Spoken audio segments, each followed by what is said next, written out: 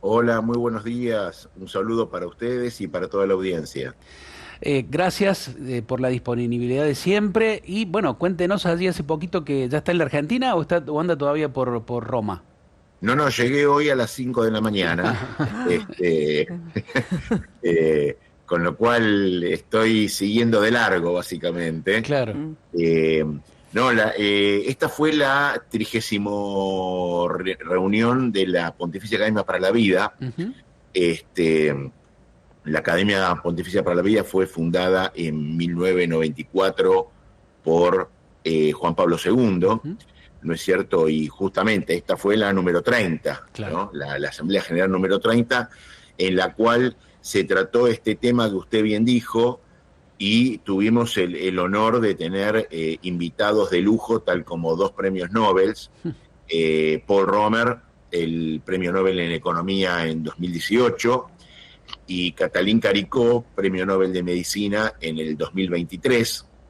Y justamente el tema trató sobre, bueno, si estamos en las puertas o no del fin del mundo, la policrisis, digamos, ¿no? Que, Ujú, por la cual estamos atravesando, caracterizada por la convergencia de conflictos bélicos, el cambio climático, las crisis energéticas, las epidemias, las migraciones forzadas, ¿no es cierto?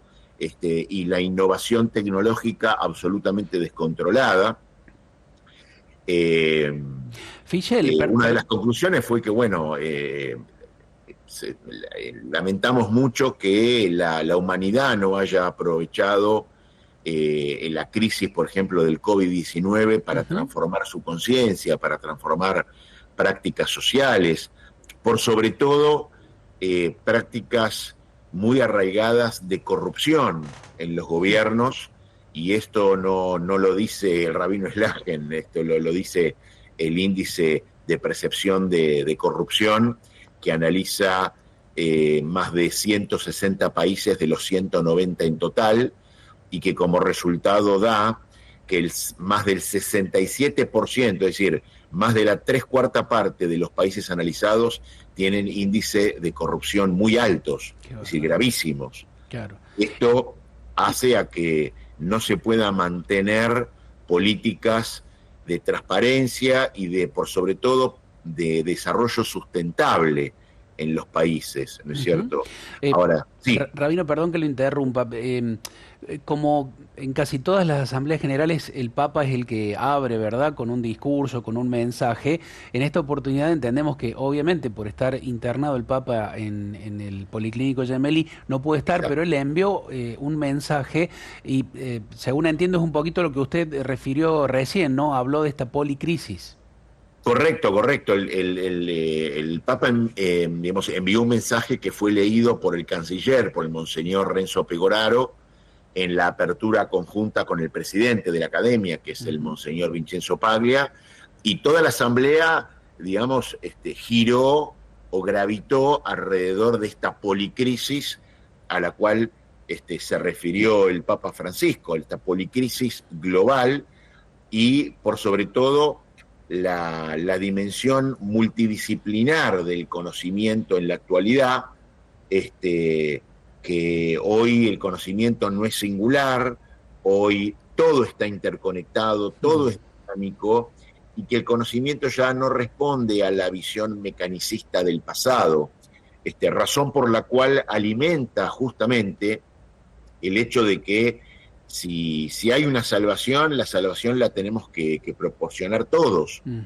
claro. Hoy no se salva a la gente individualmente, razón por la cual también la imagen designada que guió esta reunión fue la imagen de el Arca de Noé, ¿no es Mm, cierto? Es una imagen extraída de la Basílica de San Marcos en Venecia. claro. Eh, y esta fue básicamente la conclusión que hemos extraído con figuras de relieve internacional, el jurista Giuliano Amato, que fue 2 veces primer ministro de Italia, la tecnóloga Sheila Hasanoff, eh, el director regional de la OMS, Hans Klug, Laura Palazzini también, del Comité Bioético de la UNESCO, estuvo Guido Tonelli también, que fue parte del equipo científico que descubrió el bosón de Higgs, es lo que cambia la visión actual del universo.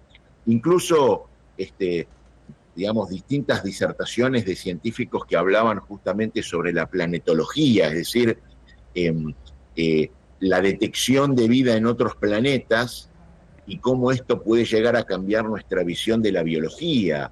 En fin, gente hablando de que ya hace varios años ya se traspasó el límite donde la masa antropogénica, es decir, la masa en el planeta, ¿no? El planeta Tierra, la masa generada por el hombre, edificios, carreteras, asfalto, concreto, acero, ya está por arriba de la biomasa, que es la masa natural de la propia naturaleza, y cómo esto disminuye cada vez más, sumado al cambio climático, obviamente, disminuye cada vez más las posibilidades de habitabilidad de los mamíferos superiores como los seres humanos, que somos los que requerimos un balance mucho más fino en las condiciones.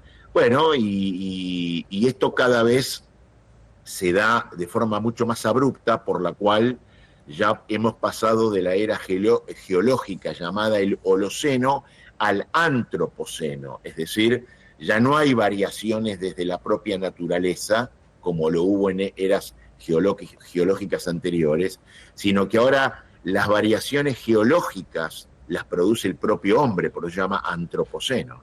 Qué bárbaro. Rabino, buen día. Cecilia lo saluda y Yeah. bueno, como representante de la Argentina quería preguntarle ante estos temas, estas temáticas tan importantes, tan relevantes, para el común, digamos, de la gente que a lo mejor en este momento están arriba de un vehículo escuchando o están en su trabajo, en la oficina.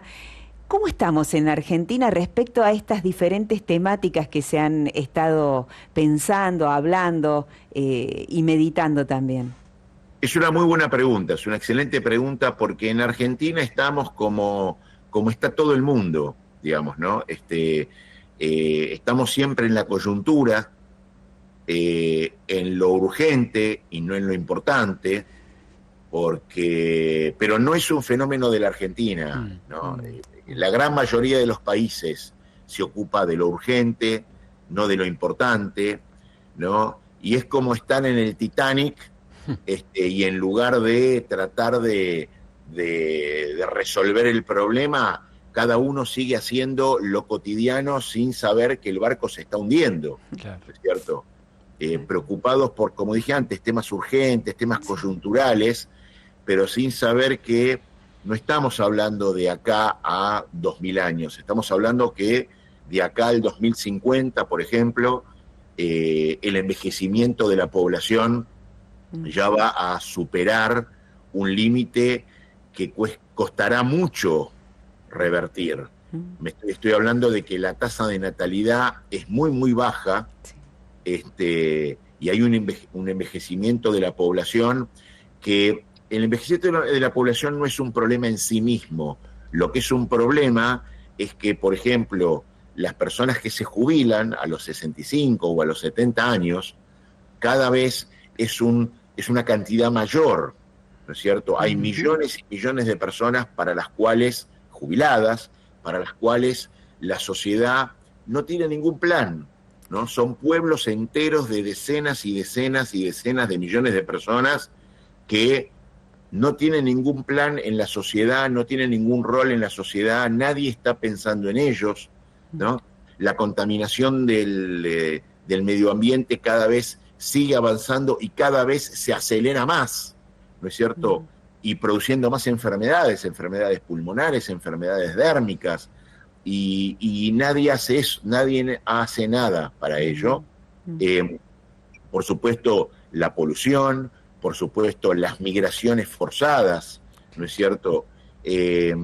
Y todavía los políticos no son muy conscientes o no han tomado conciencia de estos cambios que son reales. Uno los puede ver en las altas temperaturas, en la suba, por ejemplo, del nivel del mar por el derretimiento de los cascos polares, Y todo eso afecta a zonas anegadas, personas que ya no pueden seguir habitando donde estaban y tienen que emigrar, los niveles de pobreza y de hambruna, que supuestamente la ciencia lo iba a remediar. Bueno, no lo estaría haciendo, no porque no pueda, puede perfectamente remediarlo, pero son decisiones políticas, digamos, que no se están tomando. Y por supuesto todo lo que se habla de biotecnología y modificación genética, los riesgos y los beneficios de la edición del genoma humano, pero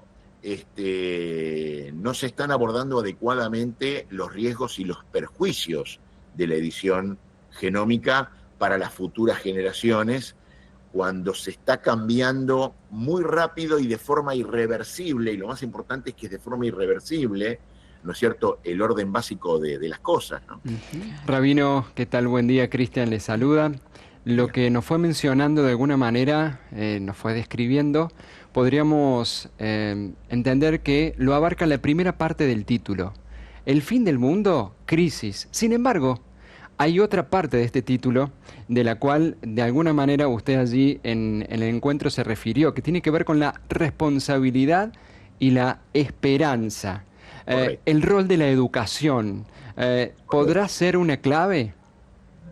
Sí, sí, justamente el título deliberadamente comienza con un tono que podríamos llamar un poco apocalíptico, claro, ¿no? Pero en los dos sentidos de la palabra apocalipsis, ¿no? Porque apocalipsis puede ser algo catastrófico, pero en griego apocalipsis quiere decir revelación, ¿no es cierto? Con lo cual, siempre en la crisis algo importante y algo interesante se revela. Es la oportunidad. Bueno, exactamente. Algo acá se revela que es, bueno, más de 400 académicos de las principales universidades del mundo, preocupados por este tema, revelan su preocupación y la propuesta de alternativas, ¿no? Para cambiar el pensamiento, somos todos académicos de fe, más allá de la religión que profese cada uno. Y la clave está en repensar la creación como una co-creación, ¿no es cierto? Promoviendo un modo de existencia cooperativa, solidaria, en lugar de lo que hasta ahora se vio que es un modo de existencia individualista, ¿no? Promocionar una ética de la responsabilidad, ¿no? No solamente en el cuidado del planeta, nuestra casa en común, como dice el Papa Francisco, sino también un enfoque holístico en donde, aún creciendo económicamente, deba también crecerse en valores. Yo puse el caso bíblico más importante, que es el caso de Sodoma y Gomorra, que eran las ciudades más ricas del mundo en ese entonces, pero eran las más pervertidas. Con lo cual, el crecimiento económico hace falta, por supuesto que sí, nadie lo duda, y estaba el Premio Nobel de Economía, Paul Romer, nadie lo duda. Pero el crecimiento económico, si no es acompañado con un crecimiento ético para darle sostenibilidad a ese crecimiento económico y para saber cómo canalizar los recursos económicos, no sirve para nada, porque se crea un bienestar artificial, pero sin una orientación teleológica, sin una finalidad que pueda conllevar el bienestar de la humanidad. Es decir, el progreso económico para el bienestar de la humanidad y no para la acumulación individual de riqueza y los excesos. Es decir, lo que hace falta es un enfoque holístico, integral, ¿no es cierto?, que integre el crecimiento económico, el progreso tecnológico, pero guiado por valores, guiado por una ética. Y lo que va a salvar al mundo es básicamente eso. Por ejemplo, se premió a Justina. Justina es una monja ucraniana que desarrolló en Ucrania, nada más ni nada menos que en Ucrania, un complejo para la asistencia perinatal, es decir, la asistencia a chiquitos que nacen con enfermedades terminales, ¿no es cierto?, y funciona muy bien. Funciona muy bien para darle también contención a los padres, y son esas acciones las que salvan el mundo. Bueno, necesitamos muchas más de esas acciones, y necesitamos por sobre todo de una concientización de la clase política, que es la que puede llevar a cabo estas acciones, promoverlas con un alcance mucho mayor al que puede hacer un solo individuo.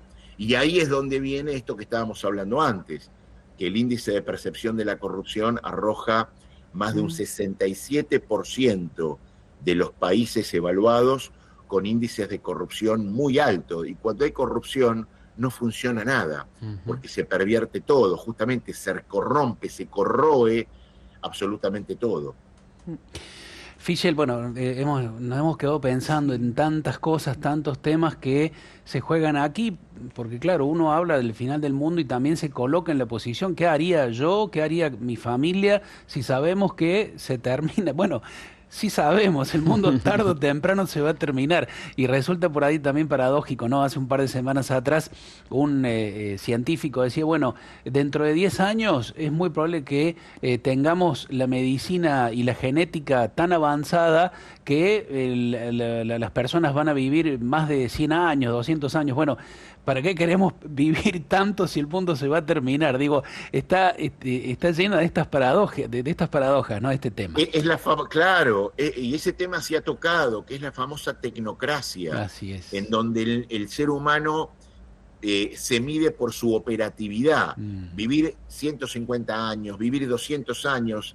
El tema es vivir 200 años, ¿para qué? Claro. ¿No? ¿Para seguir haciendo lo mismo? Claro. O para tener una calidad de vida mejor? Y por calidad de vida me refiero a extraer al ser humano de su animalidad para poder llevarlo a su humanidad. Y la educación es fundamental en esto, promover modelos educativos más integrales, es decir, que se enseñe tecnología, pero que también tenga lugar la espiritualidad, la ética, la moral, como forma de vida y como forma de conducta. Porque si no, simplemente es como dice el Eclesiastés o muchos salmos también, el ser humano se agota en su operatividad y no en su verdadera humanidad, y no hay nada que diferencie entre el ser humano y el animal. Rabino, pensaba en este tema que, bueno, el título por allí, El fin del mundo. Bueno, y hay gente que por ahí cree que esto es inminente, porque se está hablando, y en el Vaticano, y se está hablando con los grandes pensadores del mundo, con los más destacados. Digo, estamos en el año jubilar, el año de la esperanza. Digo, también se habló de este tema, de esta relación que por allí puede asustar a algunos como que es algo que va a pasar pronto. Sí, a ver, yo creo que no hay que asustarse, tampoco hay que preocuparse, hay que ocuparse. ¿No? Porque la preocupación no resuelve nada. El susto o el pánico lleva a la inacción, a la inmovilidad, ¿no es cierto? Hay que ocuparse, y cada uno desde su lugar siempre puede hacer algo, ¿no? Desde reciclar, desde no malgastar, desde separar los productos reciclables de los no reciclables, pero esto no basta. Esto no basta, hace falta el acompañamiento y la promoción de los gobiernos, de que esto se transforme en políticas públicas, políticas públicas que ayuden no solamente al medio ambiente, sino también al bienestar económico, educativo, conductivo de las personas, porque de nada sirve que comencemos por ejemplo, algo tan trivial como a extraer las heces de las mascotas en las veredas, ¿no es cierto? Que daña, si no las extraemos, daña muy gravemente la salud pública, ¿no es cierto? Claro. Porque estamos hablando de excremento en la vida pública, sí, en la vía pública. Si cada 2 por 3 tenemos huelga de recolectores de residuos, que lo único que hacen es proliferar alimañas y contaminar el medio ambiente. Digamos, este tipo de políticas por ejemplo, de huelgas, también, si bien son constitucionales, también hay que repensar también desde la política qué otros medios tenemos para legítimamente protestar, reclamar, pero sin dañar al otro. Es decir, que el reclamo sea un reclamo que no tome como rehén para llamar la atención a la ciudadanía y mucho menos a la salud de la ciudadanía. Bueno, son todas estas cosas que hay que repensar, que se han tocado y se han abordado en el Congreso, básicamente desde la perspectiva de que el ser humano tiene un espíritu único, ¿no es cierto? Espíritu único dado por el lenguaje, por el pensamiento abstracto, pero también por los valores, ¿no? Es el único ser conocido que tiene valores, ¿no es cierto?, que lo guía, y no solamente pulsiones. Bueno, creo que hay que destacar un poco eso. Es muy difícil, yo entiendo que esto puede sonar utópico, pero alguien lo tiene que empezar a plantear para cambiar las políticas, y esto tiene que llegar, digamos, al ámbito político, que es donde se delinean las leyes y las políticas públicas, ¿no? Así es. Fischel, le agradecemos nuevamente este contacto con Radio María, la disponibilidad de siempre. Gracias por hacernos pensar. Nos quedamos pensando, reflexionando y viendo cómo nos ocupamos. No nos preocupamos. Un abrazo grande. Gracias. Gracias, Ramiro. Hasta luego. Muchas gracias a ustedes. Gracias.